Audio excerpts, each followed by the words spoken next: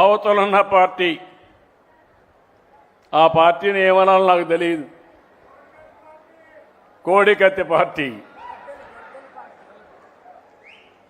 గొడ్డలి, వైసీపీ కాదు గొడ్డలి పార్టీ మా తమ్ముడు చెప్తున్నారు. కానీ మీరందరూ ఒకటి గుర్తుపెట్టుకోవాల్సిన అవసరం ఉంది. నేరాలు చేసే ప్రవృత్తి ఉండే వ్యక్తులు రాజకీయాలకు పనికి రారు.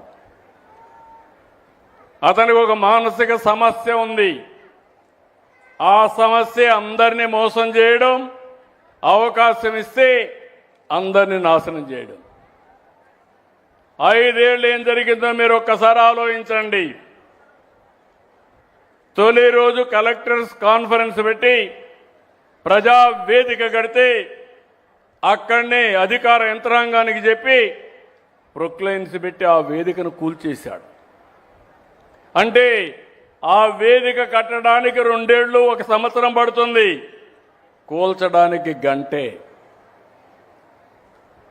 అదే మరిగా పోలవరాన్ని కష్టపడి 72% పనులు పూర్తి చేశాం. పోలవరం పూర్తయి ఉంటే ఈ రాష్ట్రానికి ఒక వరంగా తయారయ్యేది. రైతాంగం బంగారు పండించేవాళ్ళు, ఆదాయం పెరిగేది, నీటి ఎద్దడిపోయేది. నీరే మొత్తం మనకు ఆధారం, జీవనాధారం. అలాంటి ప్రాజెక్టు నాశనం చేశాడు. అమరావతి ప్రాజెక్టును మీరు గుర్తుపెట్టుకోవాలి.